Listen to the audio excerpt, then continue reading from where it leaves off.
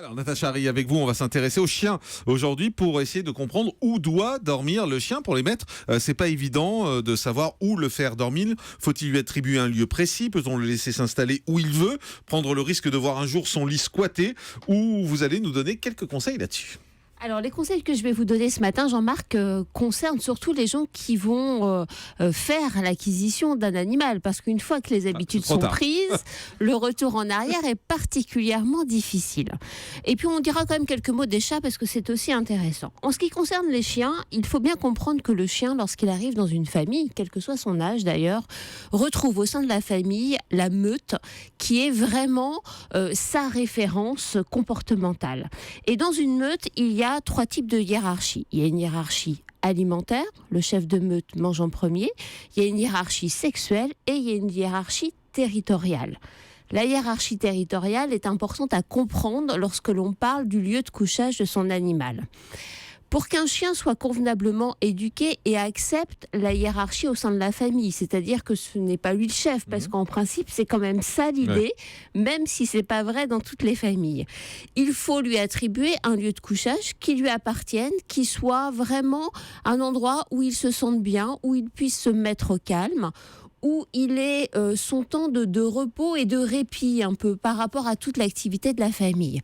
Pour ça, il est essentiel d'abord de choisir un objet pour le couchage, un lit, un panier qui soit confortable. Alors, beaucoup de chiens aiment bien des paniers avec des rebords parce qu'ils appuient la tête sur le rebord, ça leur sert un petit peu d'oreiller, ça limite aussi parfois les courants d'air. Donc voilà, il faut essayer de trouver ce qui lui convient le mieux, mais essayez plutôt de préférer un panier avec un rebord. Après, la matière aussi est importante. Il y a des paniers en matière plastique qui sont très pratiques et très simples d'entretien. Pour l'hygiène, c'est essentiel. Mais il nécessite bien sûr d'y mettre un tapis, un coussin un petit peu douillet. Évitez les paniers qui sont constitués de rotin, vous voyez, de morceaux de bois. Parce que ça, ils vont commencer à se faire les dents dessus. On avaler des petits morceaux. De même avec le plastique, ça peut arriver aussi. Et derrière, ça peut avoir des complications importantes. Une fois que vous avez choisi l'objet pour dormir, donc l'objet pour dormir, vous avez vu, j'ai ni cité le canapé, ni cité le lit des maîtres. Cet objet, ce lit, il faut le positionner dans un endroit qui ne soit pas un lieu de passage dans la maison. Parce que si vous le mettez dans un lieu de passage, à ce moment-là, vous installez le chien sur une espèce de tour de contrôle. Gardien. Et c'est lui qui devient le maître des lieux. Alors, si vous avez un chien qui n'est pas dominant, ça posera absolument aucun problème. Mais si vous avez un chien, ou une chienne d'ailleurs, qui a un tempérament de dominant, eh bien, il peut vous empêcher de passer à certains endroits ou aboyer à chaque fois qu'il y a du passage. Donc, c'est vraiment important de penser à cela. Alors après, la question que se posent souvent les gens, c'est « Oh, mais finalement, moi j'ai un petit chien. » Alors ça peut être vrai aussi avec les gros, mais c'est plus souvent avec les petits. J'aime bien qu'il dorme à côté de moi sur le canapé ou j'aime bien qu'il dorme dans mon lit. Très franchement, c'est à déconseiller. D'abord parce que le fait de sauter sur un canapé, si vous avez un animal de grande taille, ça peut engendrer des problèmes au niveau de ses hanches. Donc c'est à proscrire. Si vous avez un animal de petite taille, il n'aura pas cette difficulté-là. Il va pouvoir sauter assez facilement sur le lit ou sur le canapé. En revanche, vous l'installez dans un endroit qui est censé être le vôtre.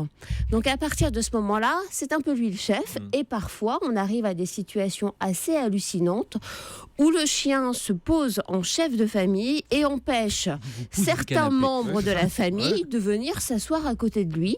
Et ça peut aller jusqu'à des situations de morsure. Donc il faut vraiment faire attention à ça. Il prend vraiment possession du canapé dans ce cas-là. Tout à fait. C'est assez fréquent. Donc il faut vraiment faire attention à cette situation. J'avais une petite question sur le lieu où le faire dormir. Mes chiens ont toujours eu ce réflexe d'aimer les lieux couverts. C'est-à-dire, par exemple, le mien dort sous la table de la cuisine parce que c'est couvert. J'ai l'impression qu'il se sent un peu à l'abri, comme si c'était une niche. Exactement, ça lui fait une sorte de niche, un endroit de répit, de repos, de calme. C'est pour ça qu'il faut vraiment choisir un endroit qui soit au calme.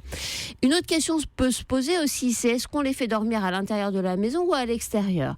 Il y a certains chiens qui peuvent parfaitement s'acclimater à l'extérieur à condition d'avoir une niche qui soit de bonne qualité avec à l'intérieur de la niche un chauffage pour l'hiver, un panier moelleux, pas d'humidité, pas de courant d'air. Que...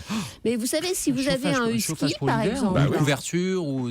chauffage. Oui, bien sûr, il y a des petits chauffages, des lampes chauffantes. Si vous avez un husky, je peux vous assurer qu'il sera peut-être mieux à l'extérieur que dans un appartement surchauffé. Donc après, il faut s'adapter en fonction de la race de l'animal, de son état de santé, de son âge, d'un certain nombre de critères. Mais évidemment, ils aiment leur confort et il faut vraiment leur donner tous les éléments nécessaires. Bon, le lit alors, cette fameuse question du lit. Est-ce qu'il dort sur le lit? Est-ce qu'il dort au pied du lit? Non, il ne dort jamais sur le lit. Est-ce qu'il dort dans la chambre d'ailleurs?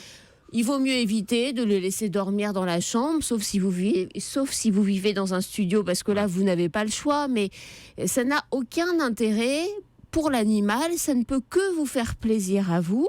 Lui, la présence, c'est pas important?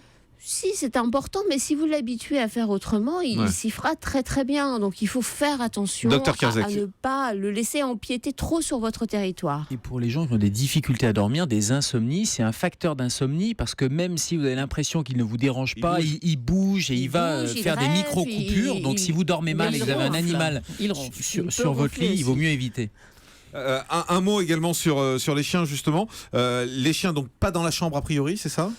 C'est mieux d'éviter. Après, il n'y a jamais de règle absolue, mais il vaut mieux éviter de laisser son chien dormir dans la chambre.